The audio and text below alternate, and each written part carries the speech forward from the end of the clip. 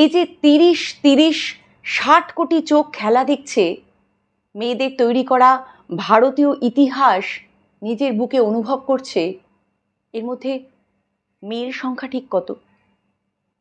মেয়েরা খেলা দেখে উজ্জীবিত হতে পারছেন তো, নাকি ছেলেদের খেলা দেখার উল্লাসে চা কফি যোগান দিতে দিতেই কেটে যাচ্ছে সময়টা? এই যে এত বড় স্টেডিয়াম, কই মেয়েদের উপচে পড়া ভিড় তো নেই, নাকি ঘড়ির কাঁটা দেখে বাড়ি চলে যেতে হয়েছে রাতের বেলা রাজপথ সুবিধার নয় ভেবে? ভাবুন ভাবুন, ভাবা প্র্যাকটিস করুন।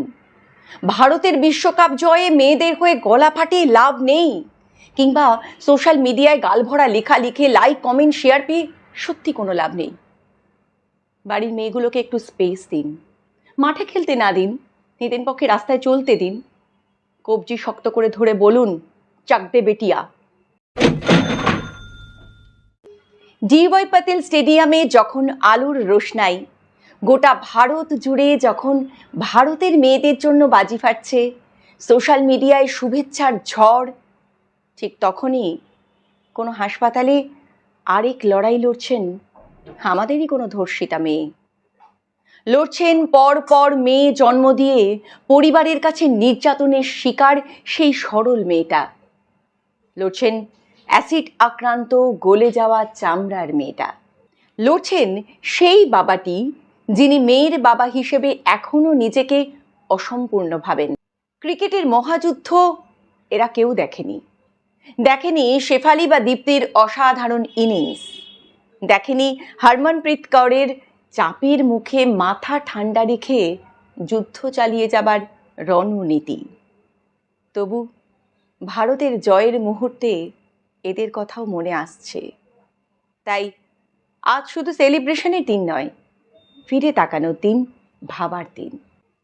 শেফালি ভার্মা, যার অনবদ্য 87 রানে দু বাহু দিয়ে গোটা টিমকে আগলাতে দেখেছেন আপনারা, গায়ে কাঁটা দিয়েছে প্রচণ্ড স্নায়ু যুদ্ধকে তুড়ি মেরে উড়িয়ে দিয়ে বাঘিনীর মতো সাউথ আফ্রিকার উইকেট কেড়ে নিতে দেখে, এই মেয়েটাকেও প্রথম ক্রিকেট কোচিনে ঢুকতে গিয়ে ছেলে সাজতে হয়েছিল।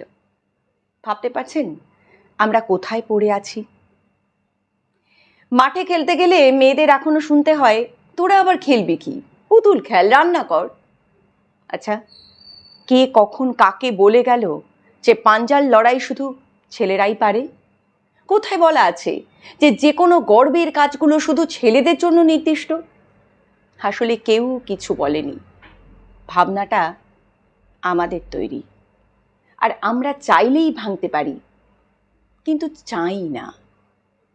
তাই তো সানিয়া মির্জার পারফরমেন্সের থেকে ওনার শরীর আর পোশাক নিয়েই চর্চা বেশি হয়ে এসেছে।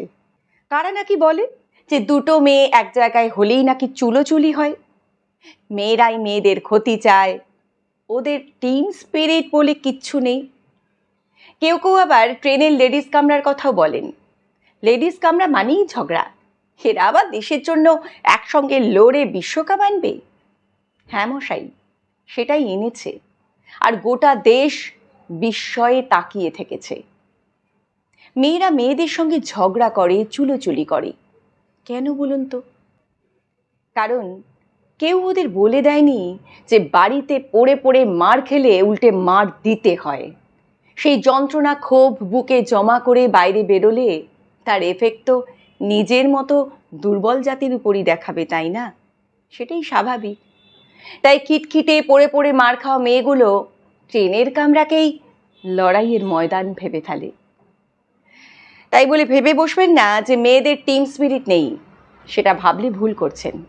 কিন্তু জানেন, খেলা দেখতে দেখতে যখন স্ক্রিপ্ট লেখাটা শুরু করেছিলাম, তখন ভাবছিলাম এই যে 30-30-60 কোটি চোখ খেলা দেখছে, মেয়েদের তৈরি করা ভারতীয় ইতিহাস নিজের বুকে অনুভব করছে, এর মধ্যে মেয়ের সংখ্যা ঠিক কত? মেয়েরা খেলা দেখে উজ্জীবিত হতে পারছেন তো, নাকি ছেলেদের খেলা দেখার উল্লাসে চা কফি যোগান দিতে দিতেই কেটে যাচ্ছে সময়টা? এই যে এত বড় স্টেডিয়াম, কই মেয়েদের উপচে পড়া ভিড় তো নেই, নাকি ঘড়ির কাঁটা দেখে বাড়ি চলে যেতে হয়েছে রাতের বেলা রাজপথ সুবিধার নয় ভেবে? ভাবুন, ভাবুন, ভাবা প্র্যাকটিস করুন। ভারতের বিশ্বকাপ জয়ে মেয়েদের হয়ে গলা ফাটিয়ে লাভ নেই, কিংবা সোশ্যাল মিডিয়ায় গালভরা লেখা লিখে লাইক কমেন্ট শেয়ার পেয়ে সত্যি কোনো লাভ নেই। বাড়ির মেয়েগুলোকে একটু স্পেস দিন, মাঠে খেলতে না দিন, মেয়েদের পক্ষে রাস্তায় চলতে দিন। কবজি শক্ত করে ধরে বলুন, চাক দে বেটিয়া। হ্যাঁ, এগুলো কে পারে বলুন তো? আপনি পারেন। হ্যাঁ, আপনি পারেন, কিংবা আপনি আপনারাই পারেন। যে বাবা এতদিন ভেবে এসেছিলেন বাড়িতে ছেলে না হলে জীবন বৃথা, তিনি একবার জেমিমার বাবার দিকে তাকিয়ে দেখুন তো। সবটাই সম্ভব। তার জন্য পরিবেশ পরিস্থিতি তৈরি করে দিতে হবে আমাদেরই। আর খানিকটা তো ভাই মেয়েদের নিজেদেরও করতে হবে। টিম স্পিরিট চাই, টিম স্পিরিট। লড়তে লড়তে মুখ থুবড়ে পড়েও ঘুরে দাঁড়াতে হবে। একবার ঝালিয়ে নিতে হবে শেফালির ব্যাটিং ঝড়, দীপ্তির দুরন্ত ইনিংস, ক্রান্তির দুর্দান্ত অ্যাটাক, হরমনপ্রীত কৌরের তীক্ষ্ণ বুদ্ধিমত্তা, কিংবা বাংলার মেয়ে রিচা ঘোষের সেই দুর্দান্ত ঝড়। তারপর গোটা ভারতের মেয়েদের কেউ আর আটকে রাখতে পারবে না। চাকতে ইন্ডিয়া।